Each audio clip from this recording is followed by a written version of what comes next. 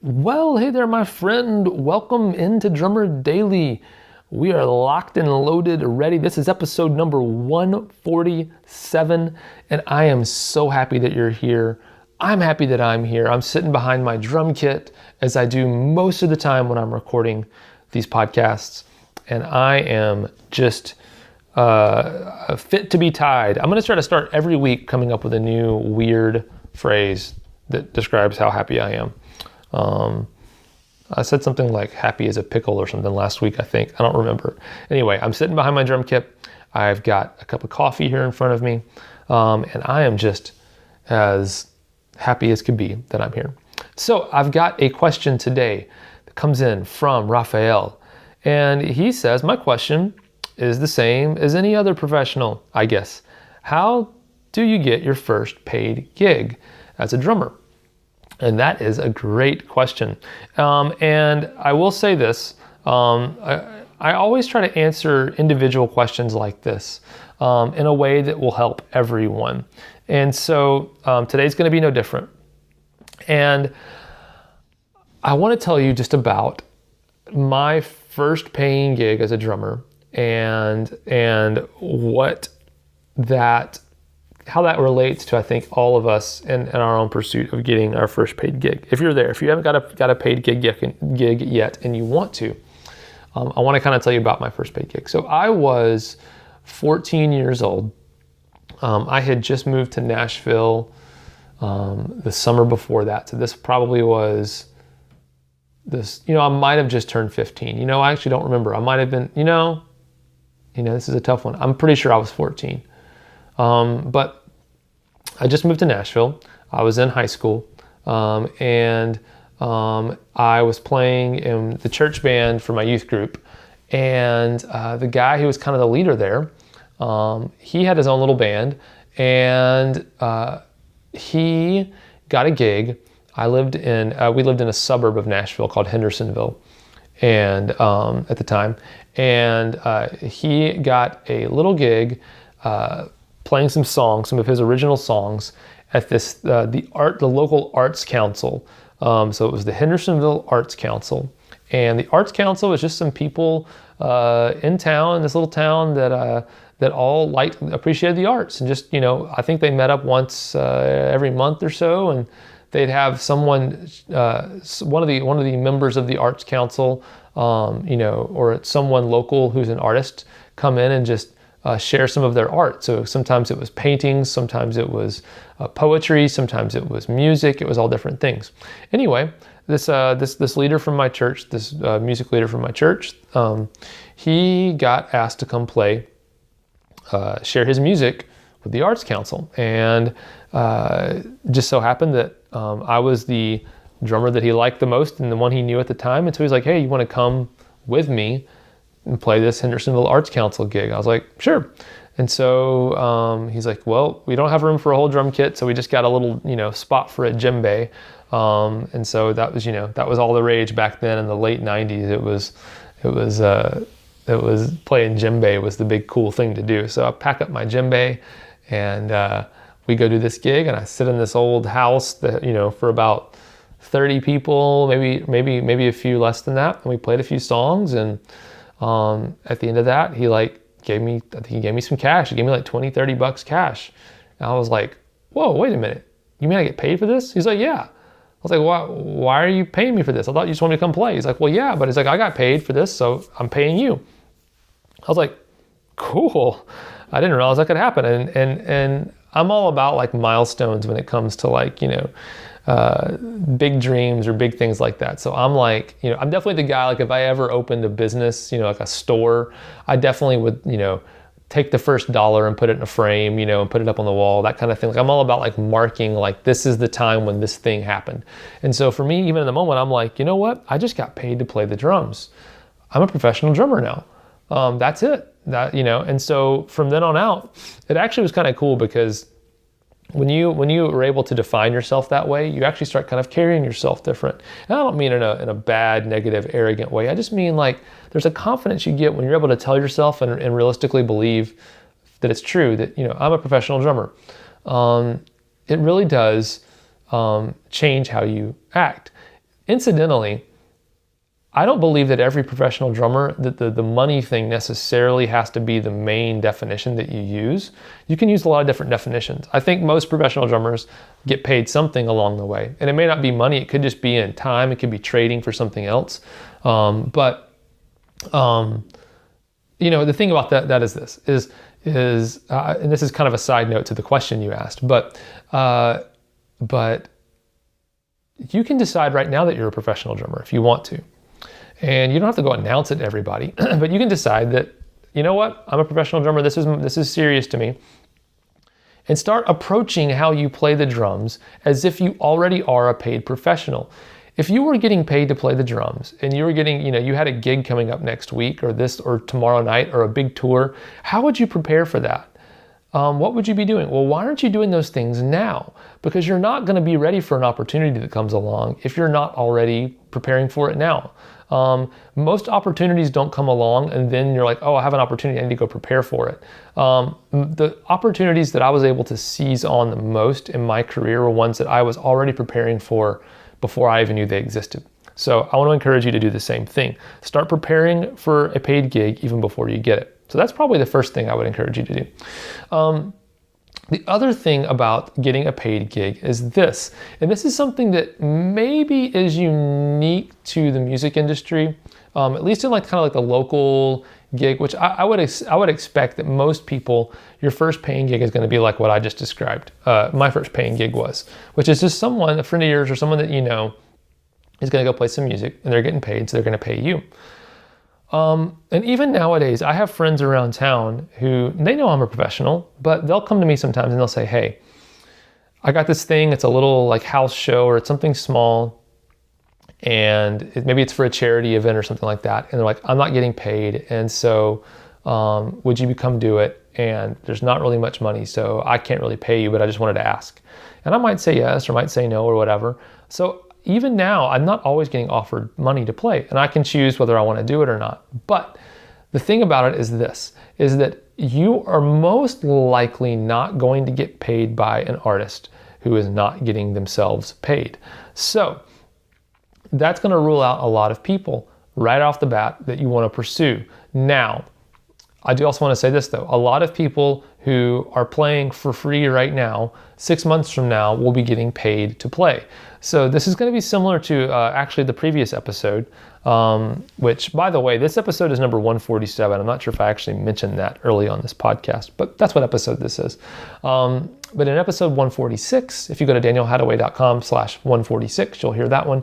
But I did talk a little bit about working with other musicians who are also kind of at the same level you're at right now, which means maybe you're just getting started, something like that, and sticking with them until some of those are going to have their careers kind of escalate and move on to higher levels of more achievement, more busier, getting paid more, things like that. So sticking with some of those people as their careers escalate is a good way to kind of see your own career escalate. In the same way, you might actually be that person for some other people. Your career might start to escalate and you can actually help some of your friends out. That's kind of how things work in the music business. So I'm going to kind of give you the same advice here, which is a lot of people around town right now, wherever you're at, that are not getting paid to play. A lot of artists and singers, musicians, things like that. Maybe they're not getting paid to play right now, but in the next 6 months, they probably will. And the way things kind of work in the local music scenes, most everyone that I've come in contact with, if they're getting paid, they're going to pay their musicians something. And so if you want to get your first paying gig, that would be the way to do it. The other thing is this, you can't be afraid to ask to get paid.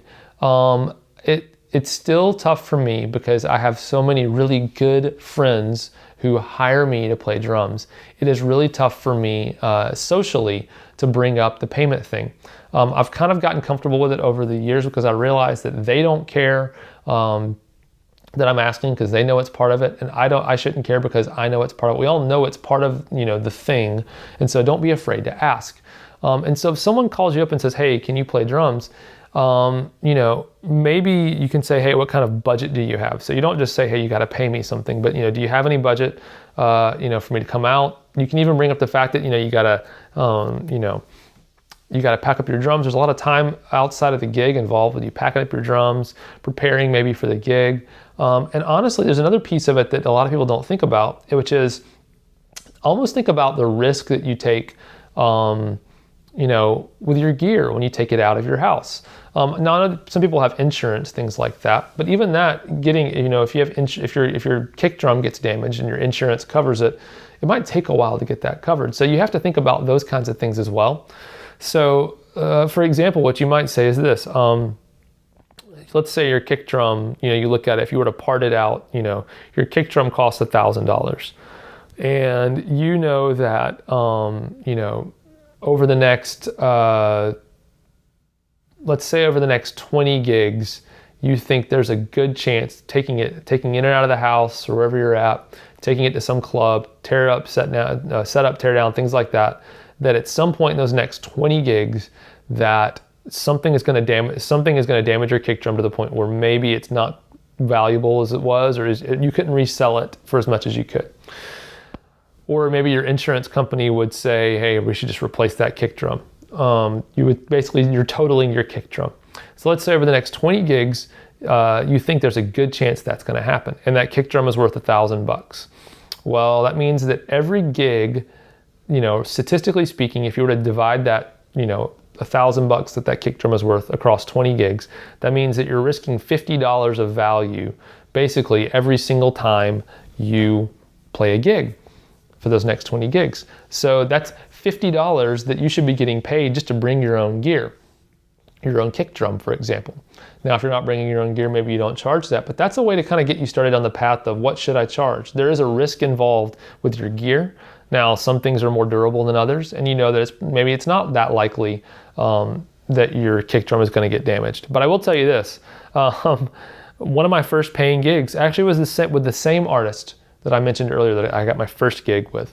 One of my first paying gigs, we went to a coffee shop and played. And this was real kind of rootsy, organic music, think like, I don't know, like Counting Crows, real just acoustic, organic based music. And we show up at this coffee shop, and this is a funny story. So the owner of the coffee shop, her son was what she described as a troubled youth. And he had his own band that was like, kind of like machine core, heavy, like industrial music. So think like Rammstein or something like that, like just like heavy grinding music. And she always tried to let him play at the coffee shop as much as possible because she knew that if she was hanging out at her coffee shop, he wasn't getting into trouble or whatever. And so just so happens we show up to play this gig, and her son's band is going to open for us.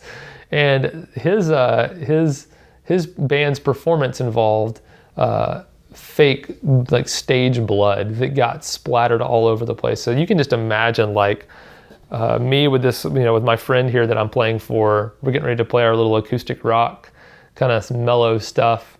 And then all of our friends who came to see us play at this coffee shop. And then you've got these guys up here just like slinging fake blood everywhere. They have their faces painted, banging on oil drums. I'm not kidding. This all really happened. And fake blood splattered onto my drums. And whatever it was made of, I don't know what it was, it would not come out. So it completely ruined, it wasn't a ton of it, but there was a good bit on my drums.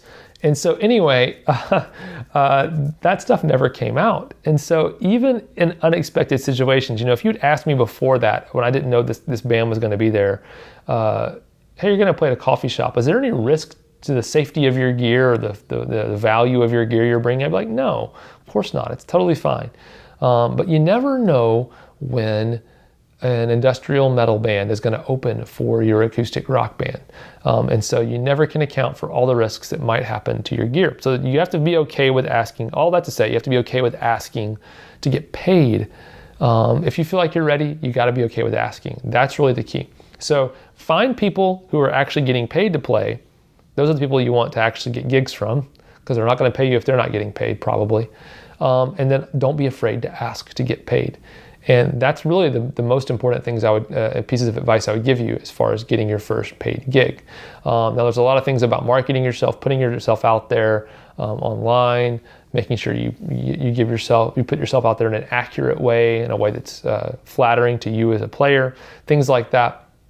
But as far as actually getting paid, those two things. Find people who are actually getting paid to play and try to get gigs with them. And then also don't be afraid to ask. Even if you don't think the person's getting paid, you got to start establishing value for yourself in the marketplace and understand that your time is valuable, your skills are valuable, and there's a reason why people should want to hire you as a drummer. All right, thanks for the question, Raphael. That's a wonderful question, and hopefully that helps you and that helps everyone who's listening to this in figuring out how to charge people or why you should charge people for drumming, things like that. But thanks again for joining me on Drummer Daily. I'm so glad you could join me. I know this episode went a little long, but I know we have fewer episodes coming out this week, so maybe this will make up for it a little bit. All right, thanks for listening to me today, and I can't wait for you to join me again next time on Drummer Daily. Bye for now.